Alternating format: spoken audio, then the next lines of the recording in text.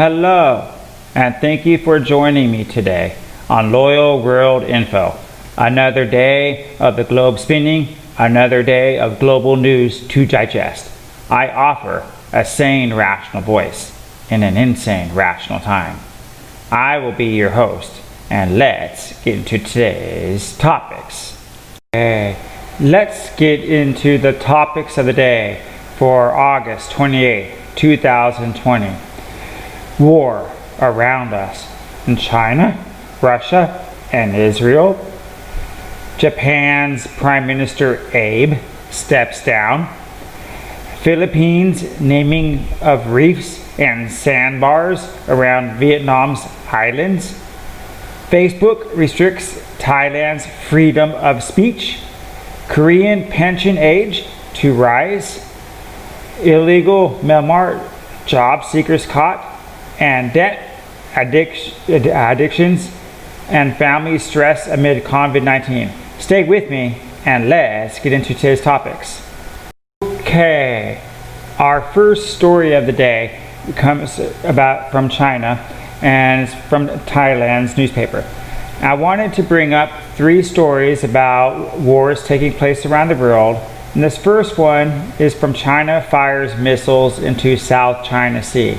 I bring this up because, in 2019, China had the Hong Kong protests, had issues with Taiwan, had the organ harvesting and other tariffs and issues that were going on.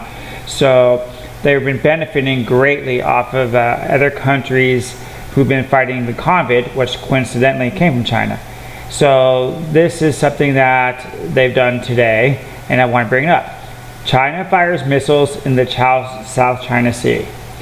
China has fired a barrage of medium-range missiles across considerable distances into the South China Sea.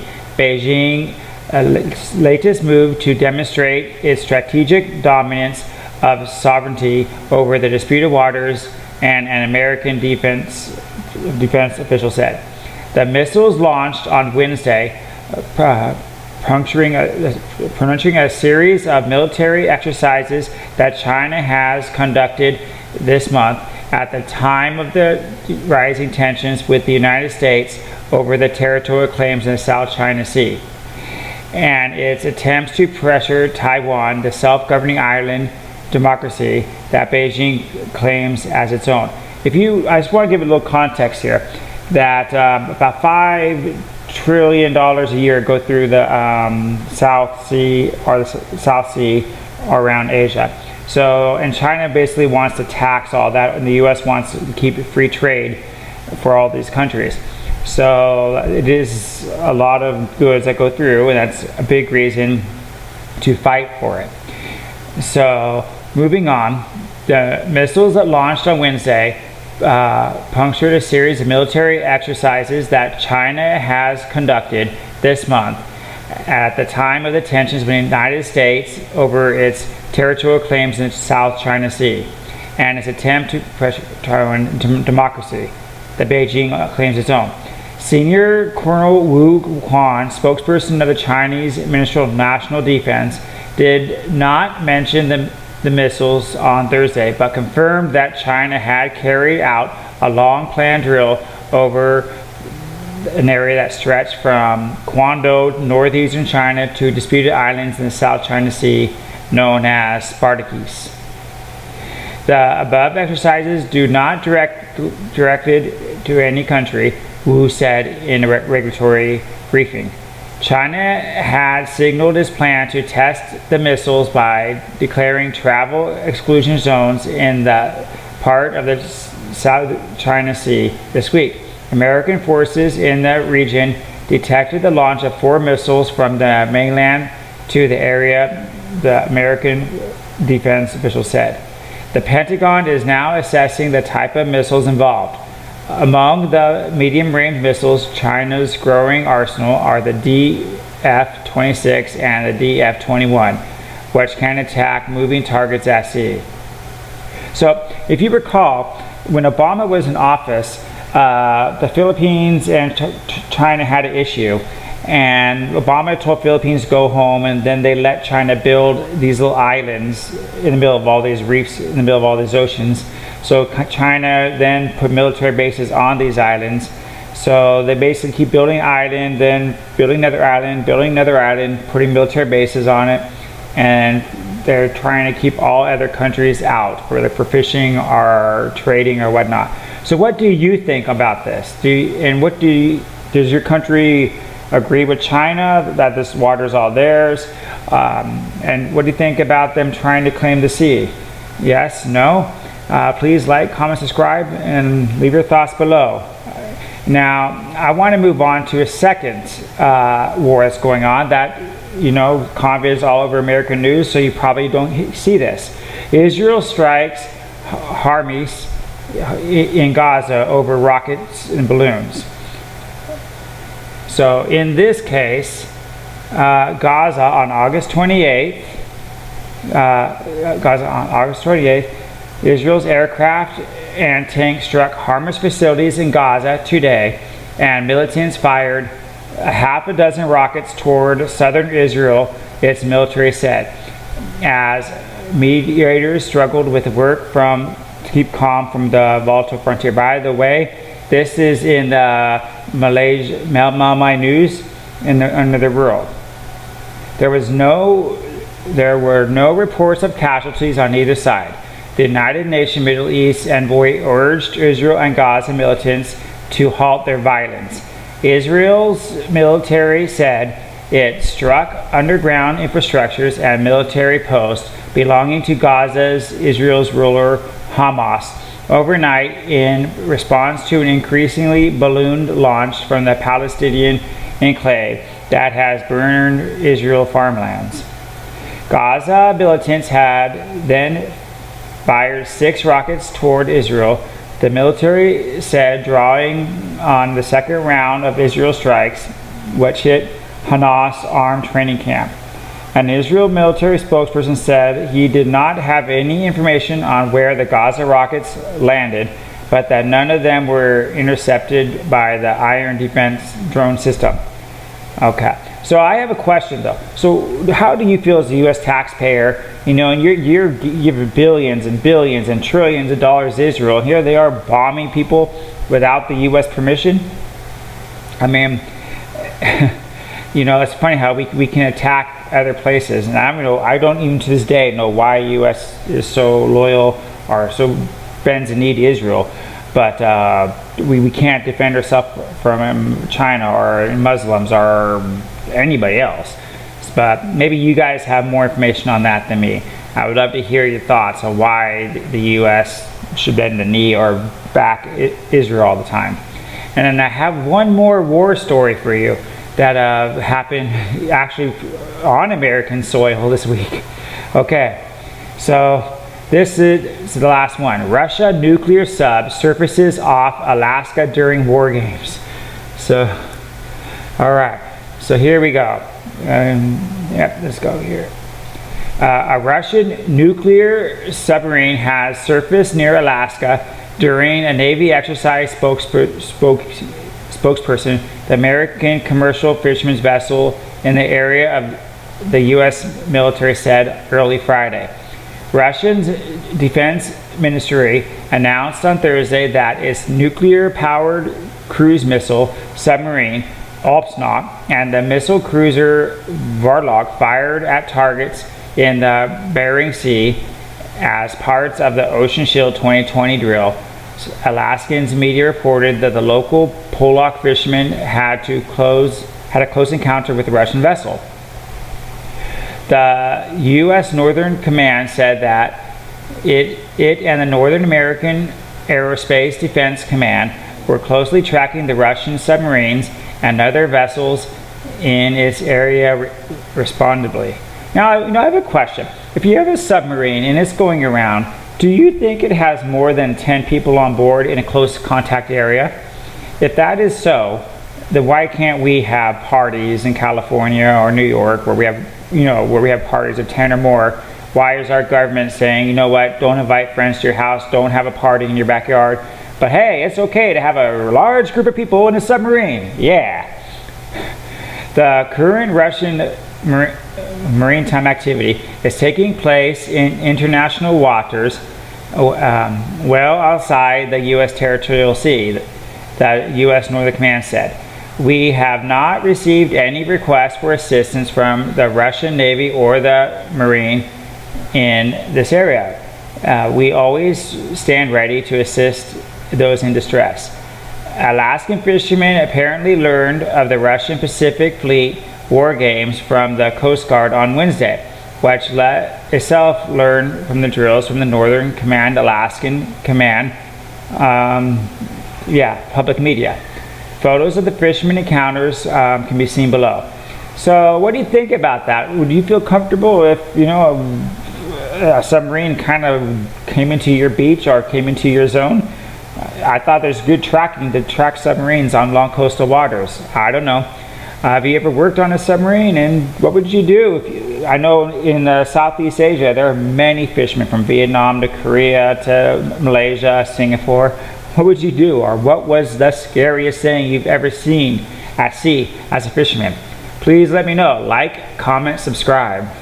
Okay, let's move on to our next story of the day.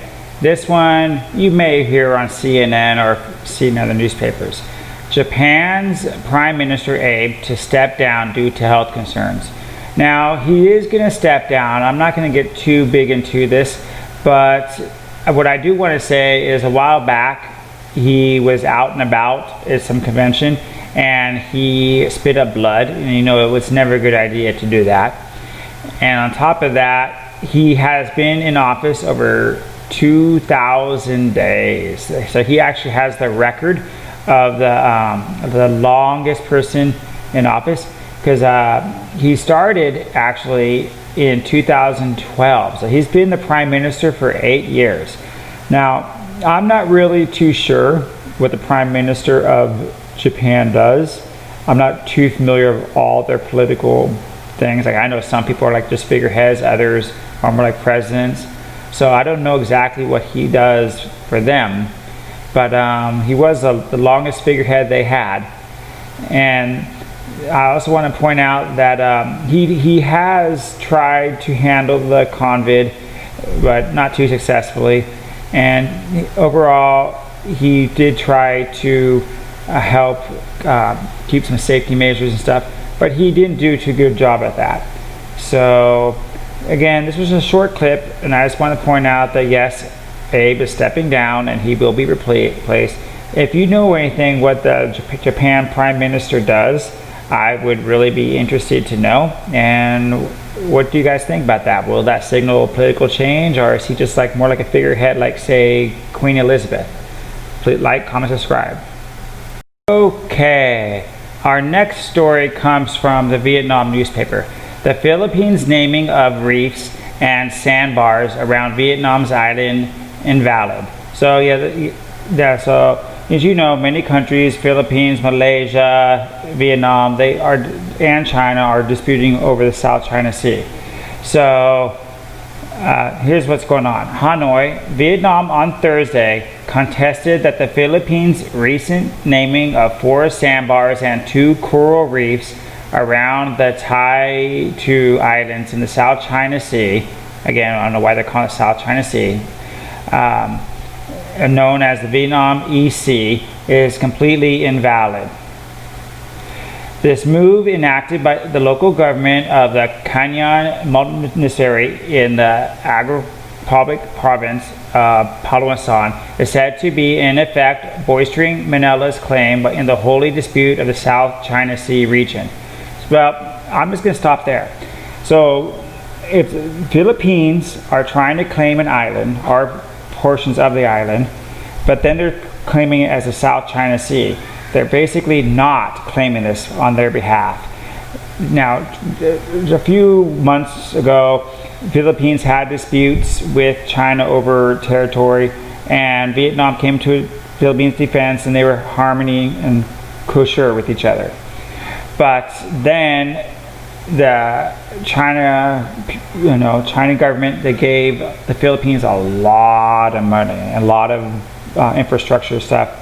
So basically, Philippines was getting very cozy with China. And because of that, notice that Philippines is not saying we want these islands for our name. We want them in the name of the South China Sea. So they're basically trying to make this argument, but on behalf of China. So what do you think about that? Do you think that's an easy way of trying to make it propaganda or legitimizing it? And on top of that, just like yesterday or the day before, Philippines had a big terrorist attack on their island, well not island, but on their mainland, Manila. And Vietnam came to their defense in saying that it was not cool that terrorists attacked the Philippines. But then the very next day, Philippines pulls a fast one on Vietnam. This reminds me back in the day, around like 2010, there was a big tsunami, and then earthquake tsunami in Japan. So Korea sent their Doctors Without Borders. They did all these blood drives and everything else, and they helped them out. And then within that week, Japan tried to claim not all, but many of Korean islands, like Dodokdo and a few others.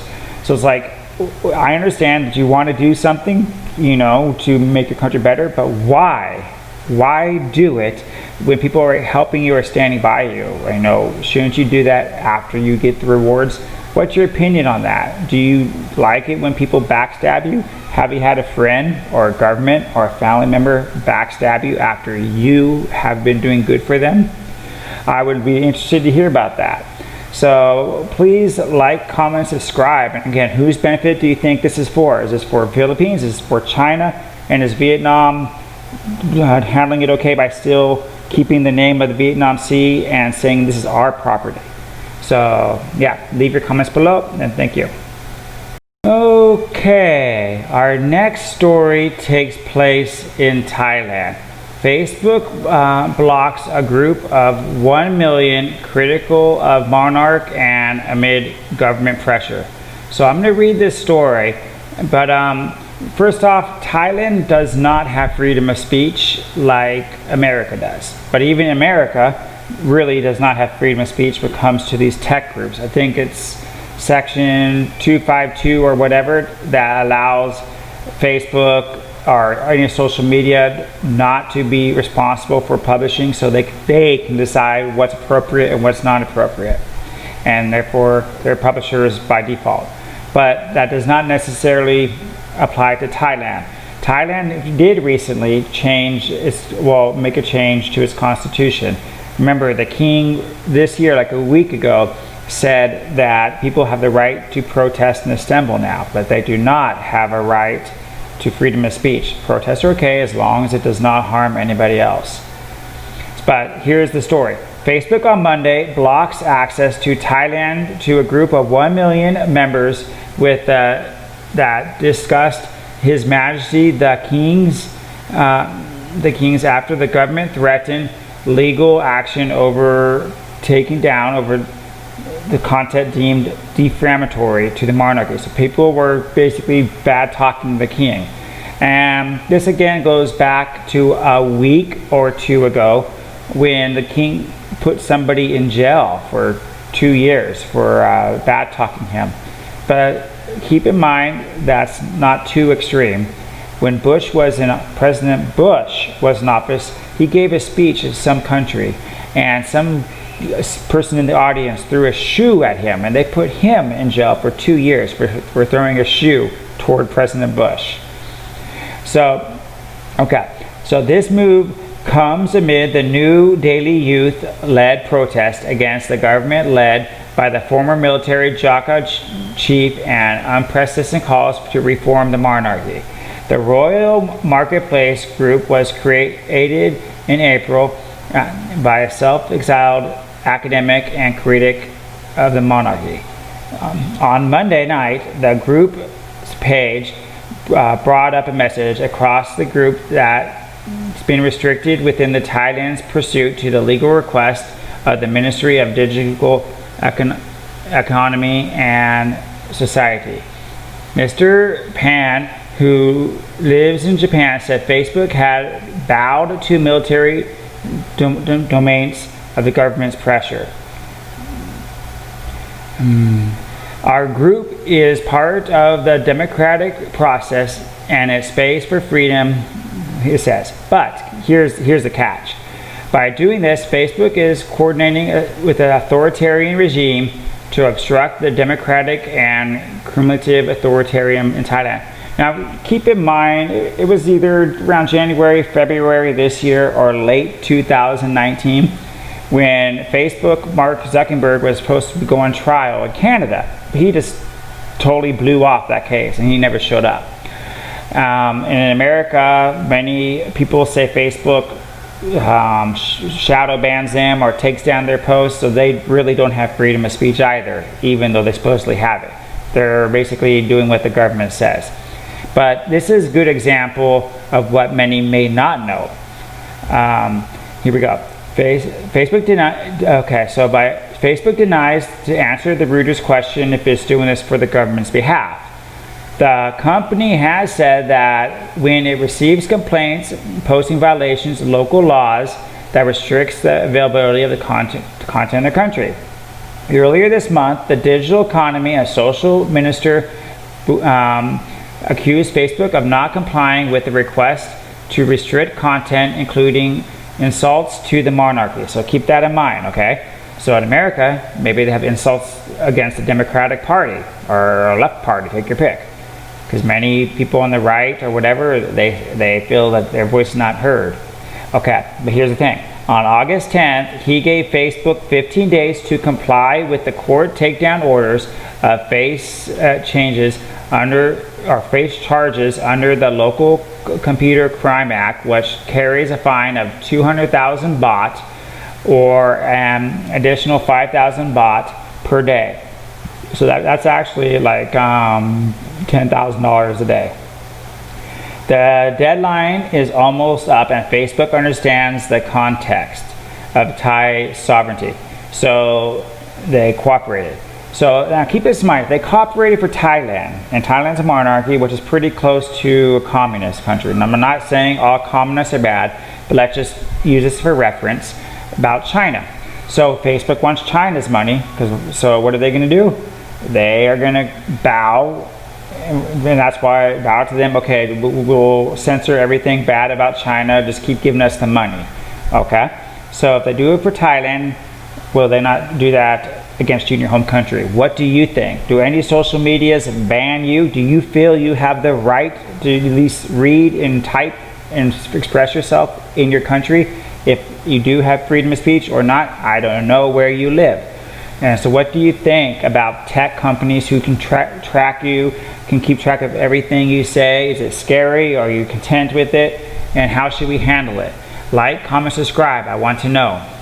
Okay, our next story is going to take place in Korea.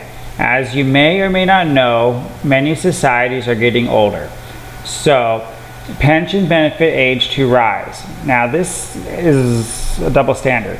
Okay, so the government wants to raise the age when petitioners become eligible for public benefits like free subway passes from the current 65 age as the population ages.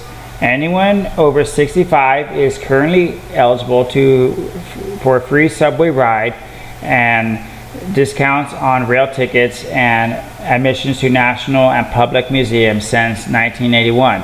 But at that time, people over 65 took up a mere 4% of the total population. Now, people over 65 are 16%, and I'm sure that's going to go up to probably 20 or 25 by 2030. Koreans are the lowest in the world for reproductive babies. Okay, so, and I was actually in Korea, and I do know some of my fellow friends who married Koreans, and they're like, yeah, we can't get a subway pass ride for free if we get that old, and a few other benefits. But this is interesting because, as you see, they said they wanted it to rise beyond 65. It was just a few years ago that they could retire at 60. In this case, it was a lawsuit case because somebody got hit in some accident. Let's say a car accident. I forgot the exact, but the guy hit the girl and kind of paralyzed her so she couldn't work anymore. So when they went for personal damages, they said, all right, you are say 50 and you will retire at 60, so this man owes you 10 years worth of wages or a percentage of your wages. But the girl said, you know what, I was healthy before the accident, I could have worked till 65, so she appealed it and the court agreed with her. So because of that, the whole country raised the retirement rate from 60 to 65. So congratulations on that. Now they want to raise it higher. In America, I don't know what it is for me personally, but my dad, every year they raise it by like 1 or 2 months. Like my dad was like 68 when he could retire. Women were like 66. How about your country? Do you have retirement age? Do you have benefits? What benefits do you get? Do you think they will rise by the time that people currently in your country get it, that they get it at 65? Do you think you'll get it at 65, or will it be higher? And what benefits do you get? Do you get health care? Do you get the subway passes? Do you get a senior discount card? I would like to know that. So in this case, the government decided to, on a meeting, that the participants said that there has been a change in the public proceedings to what age should be considered too old to work. So because many people are working until they're 70 or beyond now. So the government plans to launch a task force in the second half of the year to come up with a better policy.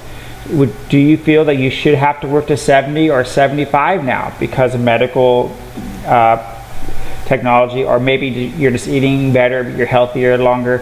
What do you think? Please like, comment, or subscribe. Is 70 or beyond the new retirement age? I want to know. Okay, our next story comes from Thailand. Illegal Myanmar job seekers caught. 35 illegal Myanmar immigrants and their 2 drivers are arrested in Samyok district in the early hours on Friday. 2 pickup trucks traveling on the local road in Taliban Sarmogad of Sayok district were stopped for a search around 3:40 a.m. at a checkpoint and manned by soldiers, police, and immigration officers. 15 illegal Myanmar migrants were found in the first vehicle and another 20 were found in the second. They were arrested. Their 2 drivers, both are from Myanmar, were also arrested.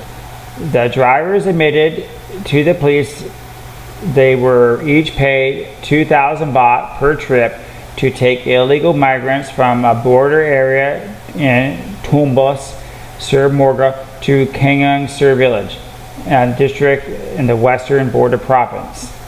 The illegal migrants told the police they were from Dawi town and they sneaked into Thailand along the national border crossing.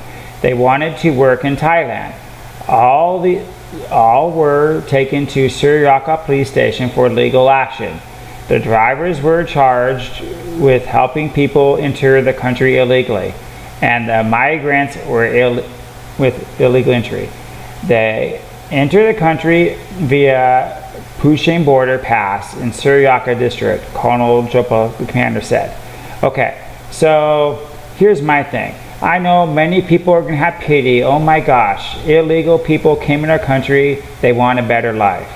Well, some people come in your country with whether it could be sickness, convoy sickness. They can come in with drugs.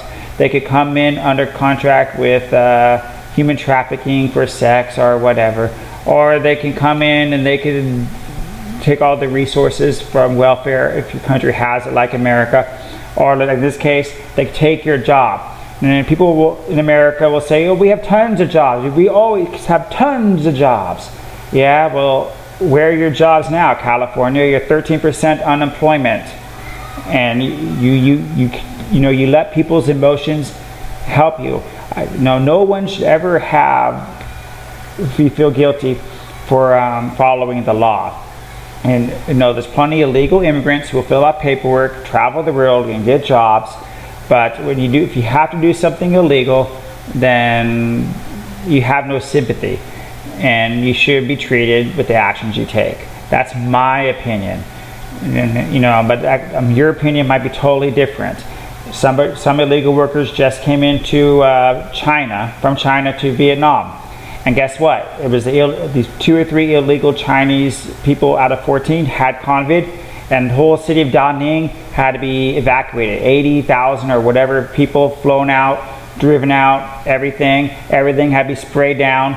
So how many millions of dollars did that cost? How many people had to inconvenience their lives just because few illegal people could try to get cheap jobs, cheap money? No. You know what? Protect your country, love your country, follow the laws, and be proud of who you are. That's my stance on that. But what is yours? Tell me. Is your opinion different? Like, comment, or subscribe. Okay, this last story is a little bit of a downer, and it might hit close to home for some people. Debt, addictions, and family stress during COVID-19. Okay, so basically, here's what happened. A lot of people are having to where they can't afford their bills, as you know, and there's no social welfare to fall back on. So Davison, the owner of a fish and noodle store in Haikin, likes to wear lots of gold bracelets. But with fewer customers during the COVID-19 restrictions, her shiny bangles started to fall off one by one. Now she's down to just one bagel, which is destined to be for the pawn shop by the end of August. I'll have to pawn it as I don't have money to keep my business going. I don't even like to take it off when I go to bed, but I will have to let it go. Dawn Hin, who works on the other side of the road selling crispy lapon pancakes, said she visited the same pawn shop as Da Sari, selling a ruby ring and necklace to help make her ends meet. Her roadside stall closed during the lockdown in April, and her family expenses suddenly ballooned. Her situation has just started to return to normal after some 5 months later. I want to cook nice food for our family to keep us healthy. I pawned more belongings and I haven't asked for them back yet. For many women who can't afford it, gold and gemstones act like a form of a savings. As the price of gold reached an all-time high earlier this month, such investments also helped hedge against inflation. And this is kind of true with most Asia, Southeast Asia. When you marry a girl, you really don't even give a ring. Maybe a ring for the new generation, but even then, it's a really small, non-expensive ring. You get them whether gold rings or gold bars or gold jewelry, like a lot of it.